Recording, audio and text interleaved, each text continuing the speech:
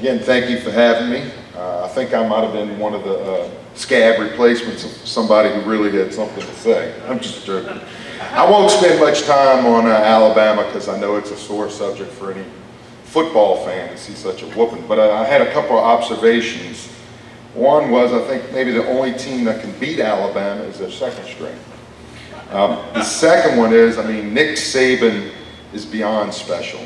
He is probably will be known as the greatest college recruiter and coach whenever he decides to leave football.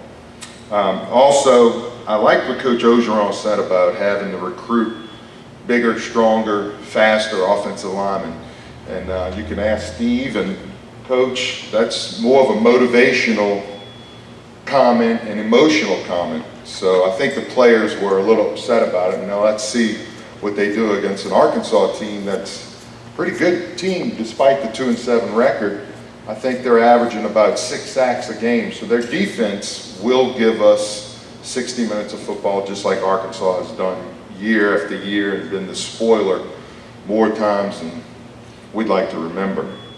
And also on our recruiting, we're having a great recruiting year this year. I think people try to compare Alabama with LSU's recruiting, and the difference is players go to Alabama because they want to be in the NFL and they want to win championships. And we're not there yet, but I think Coach Orgeron and staff bring a lot of emotion, experience, and the desire to be there. We just, we got to beat Alabama. We got to beat them all. But it'd be nice to see the Tigers go to maybe the Sugar Bowl. I don't know if the Sugar Bowl wants us, but it'd be nice to see them face a well-matched opponent and get a victory. And I think all of us, I like them coming to New Orleans because it's a lot easier to go down and see them. So what is next for the Tigers? What if we do win the next 3? Is it a great season or is it an expected season? I think a 10-win season is a great season. We go play a bowl game, maybe we beat somebody like Ohio State or Oklahoma, someone that's ahead of us, and we possibly finish in the top 5. I think we'll have all our recruiting done prior to that, but it's still nice to be able to finish in the top 10. I know the goal is to finish in the top 10. Let's see if we can do it. My other comment is, going up to Arkansas, I lived in Little Rock, and that game versus LSU for their fans is a big deal. They do not have a good attitude towards LSU. I don't think a lot of them have good trips when they come down to Baton Rouge, but it's a long haul for our fans, and I know some folks that are going. So hopefully it's 60 minutes of football that we dominate. Any questions? Yes, sir. How does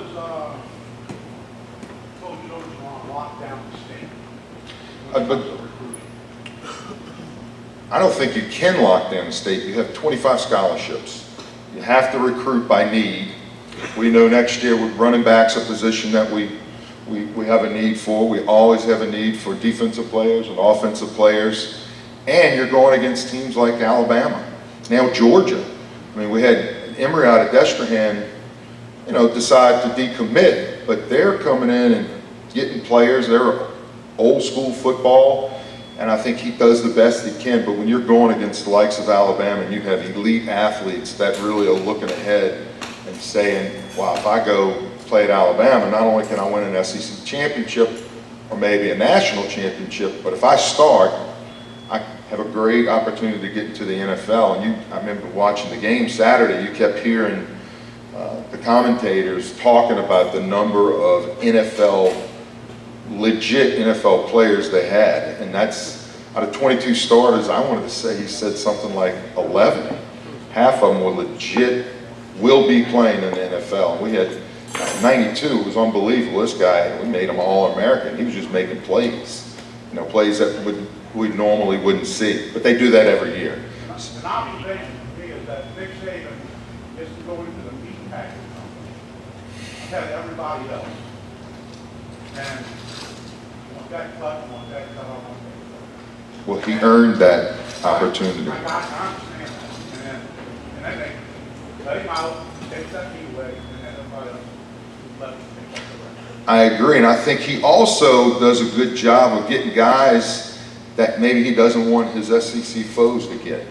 He'll go grab somebody on it's a come bet whether they're going to come in and produce and contribute, or it's a developmental person. Maybe I'm going to be 3 deep at this position, but they may surprise me to be a special teams contributor. And Coach O, he's getting all these guys. Once these young men see I'm third, I don't know if I want to do that. That happened to Emory. So it's tough. You have a question? Oh. Bobby Siegel wants this question asked. Okay. Do you think that Coach O is the guy to get us to an elite level? It kind of compound on what you're saying about recruiting and so forth. Are you trying to compare him to previous coaches? No, not comparing him to anybody. Just can he get us next 5-6 years on a level somewhat comparable to Alabama, Clemson, to be in the hunt every year for the Final Four?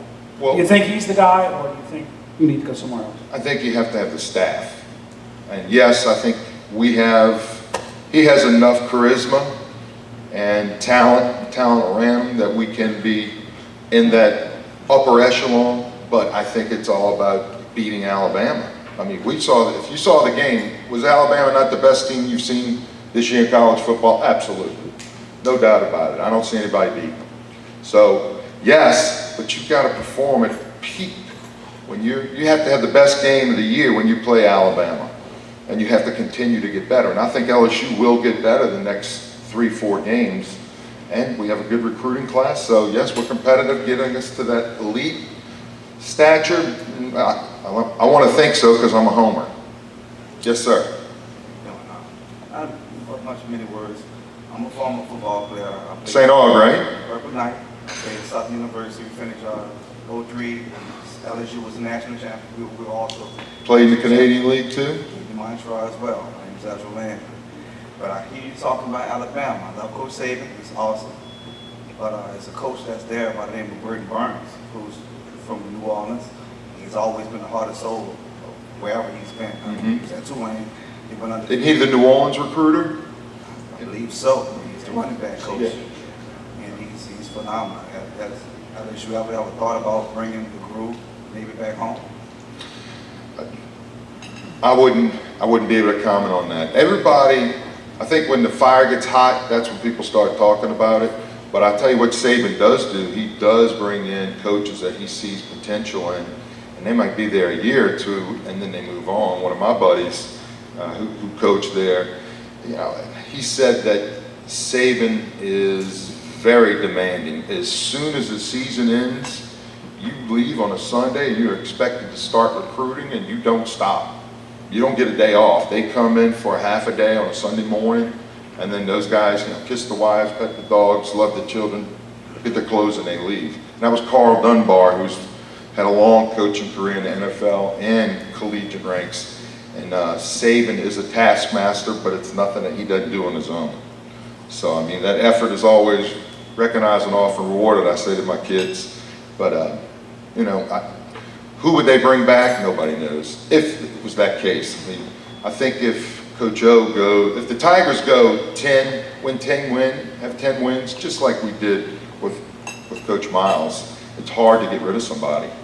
You're competitive. Now, you start getting into that 8-4, they'll start looking. And I like Carl, just because he's my friend. Anyone else? All right, well, thank y'all very much. I appreciate it.